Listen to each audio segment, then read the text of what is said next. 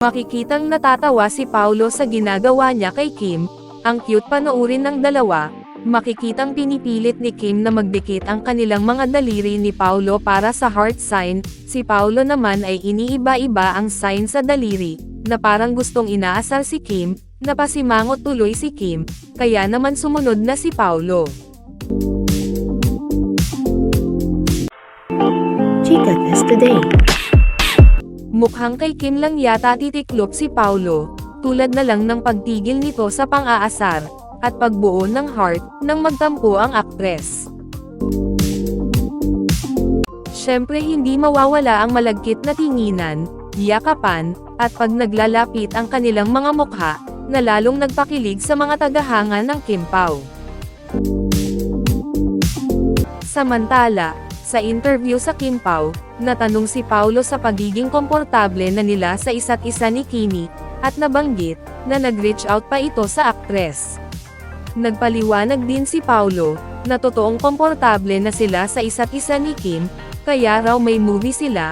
Kasunod nito ay inamin ni Paulo, na hindi nito alam, kung ano ang kanyang sinasabi, sabay tawa. Siguro sa tagal rin namin nagkatrabaho, naging komportable na rin kami sa isa't isa. Kumbaga, ito na nga rin, may bago kaming pelikula, so hindi ko na rin alam sinasabi ko. Marahil daw ay pagod ang aktor, kaya kahit daw napakasimple lang ng tanong, tila parang naging lutang daw si Paulo, kaya naman tinapik siya sa balikat ni Kim. Nagpaliwanag din si Kim sa mainit na pinag-usapang caught in the act holding hands, nila ni Paulo Avellino kamakailan lang. Matatanda ang nahuli ng kamera ang Kim Pao sa block screening ng And the Breadwinner Is, na magkahawak kamay, pero hindi naman talaga masasabing, nag-holding hands ang dalawa, kung hindi hawak ni Kim ang kamay ni Paulo, na parang nobyo na hinihila, habang dumadaan sila sa likod ng kamera. Kinilig ng husto ang mga Kim Pao fans dahil dito, at kumpirmado na nga daw na may relasyon na ang dalawa. Paliwanag ni Kimi, nasa gilid lang daw kasi si Paulo, noong time na yon, kaya hinila niya ang aktor. Ayaw niya talagang, nasa gilid lang siya. Tsaka hinila ko siya nun kasi kasama din naman namin siya manood para din. Kasi nag-promise kami kay Vice na manonood talaga kami ng movie niya. Right.